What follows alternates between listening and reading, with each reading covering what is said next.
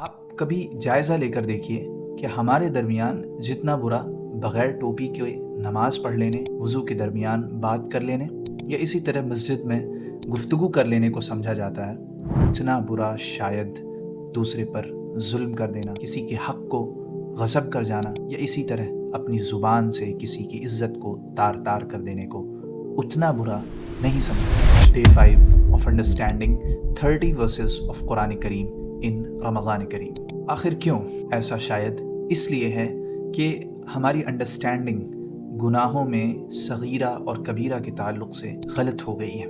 हम जिस गुनाह का जो दर्जा है उसे वो नहीं देते। हम सगीरा को कबीरा की तरह ट्रीट करते हैं और कबीरा को सगीरा की तरह ट्रीट करते हैं। हमारी अंडरस्टैंडिंग शायद ये है कि दीन एक सर्कल की तरह है, हर चीज़ एक ही रुतबे पर है।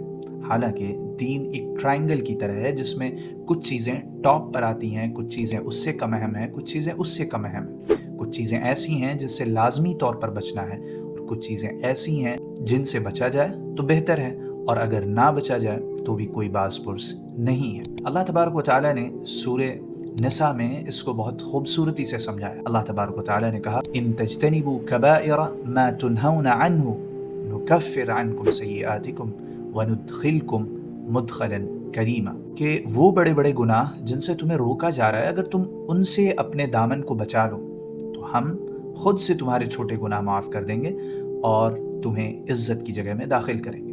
अल्लाह तबारक व तआला ने इस आयत में ये नहीं कहा कि तुम इबादतें करते रहो, तुम अपना ज़ाहिरी हुलिया दीनदारी वाला गेटअप इख्तियार कर लो तो हम तुम्हारे बड़े गुनाह माफ़ कर देंगे। नहीं, अल्लाह ने शर्त लगाई कि तुम बड़े बड़े गुनाहों से बचते रहो तो हम तुम्हारे छोटे गुनाह माफ़ कर देंगे। अब यहाँ ये सवाल पैदा होता है कि कोई पहचाने कैसे कि बड़े गुनाह, जिसे हम मेजर सिन कहते हैं, कबीरा गुनाह कहते हैं, वो कौन हैं और सगीरा गुनाह यानी माइनर सिंस कौन हैं। तो देखिए, बड़े गुनाह यानी कबीरा गुनाह को पहचानने का कोई हार्ड एंड फास्ट रूल नहीं है, दो दो चार की तरह कि ये कबीरा गुनाह है और ये सगीरा गुनाह है। असलाफ से कौल मनकूल है कि ला कबीरता माल इस्तिग़फ़ार वला सगीरता माल इसरार, कि बंदा अगर सच्ची तौबा करता है तमाम कंडीशंस के साथ तो कबीरा गुनाह भी उसे नुकसान नहीं पहुंचाता। इसके बरखिलाफ़ अगर सगीरा गुनाह भी वो इसरार के साथ, हठधर्मी और ज़िद के साथ करता है तो वो सगीरा गुनाह भी हलाक करने वाला हो। तो ये चीज़ एक रिलेटिव चीज़ है।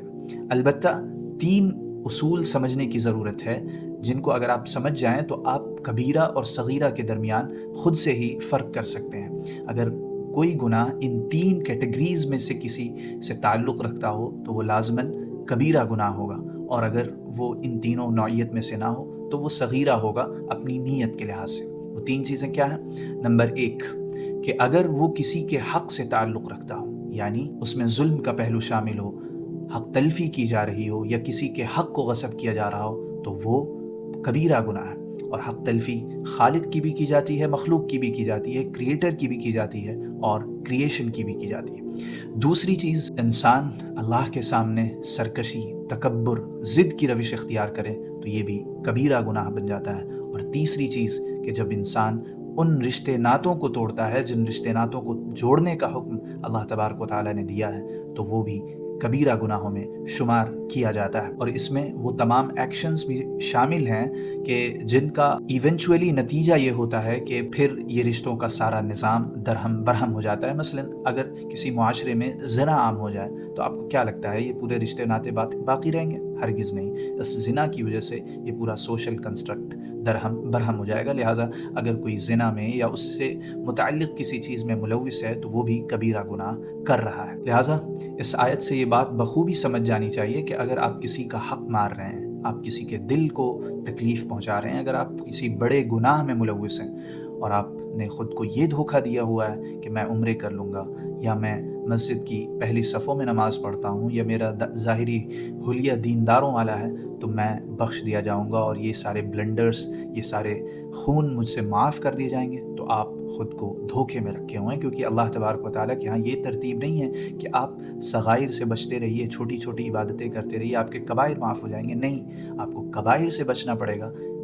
پھر آپ کے صغائر بھی معاف ہو جائیں گے۔ یہیں سے یہ بات بھی سمجھ میں آتی ہے کہ وہ تمام دعائیں یا وہ تمام اعمال جس میں آپ سے یہ وعدہ کیا جاتا ہے کہ یہ عمل کر لو تو سارے گناہ معاف ہو جائیں گے، تو اس میں صغیرہ گناہوں کی معافی کا وعدہ کیا جا رہا ہوتا ہے، نہ کہ کبیرہ گناہوں کا، کہ آپ نے تو مخلوق خدا کو تنگ کر کے رکھا اور آپ نے آ کے وہ ایک عمل کیا اور آپ کا سارا رجسٹر صاف ہو گیا اور آپ سے اب کوئی باس پرس نہیں ہوگی۔ ایسا ہرگز نہیں ہے۔ یہاں پر یہ حقیقت بھی یاد رکھنی چاہیے کہ جو لوگ کبیرہ سے بچتے ہیں وہ بالآخر صغیرہ سے بچنے کا بھی اہتمام کرتے ہیں۔ مثلا ایک شخص بڑے بڑے قرض چکاتا رہتا ہے تو وہ ہرگز اس بات پر راضی نہیں ہوگا کہ اس پر کوئی یہ الزام رکھے کہ اس نے میرا 5 روپے کا قرض ادا نہیں کیا تھا، وہ اس ذلت کو نہیں برداشت کر سکتا۔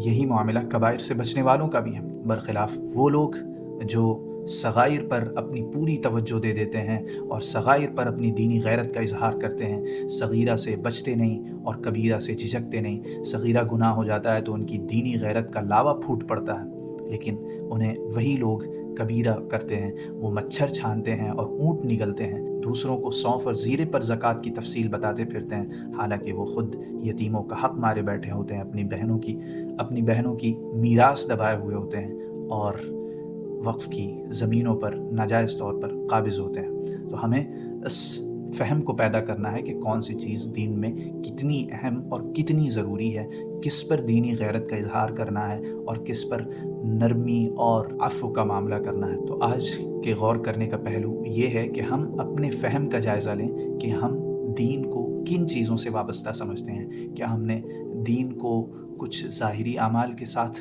محدود تو نہیں کر رکھا ہے؟ ملتے ہیں انشاءاللہ اگلی ویڈیو کے ساتھ۔ السلام علیکم ورحمۃ اللہ۔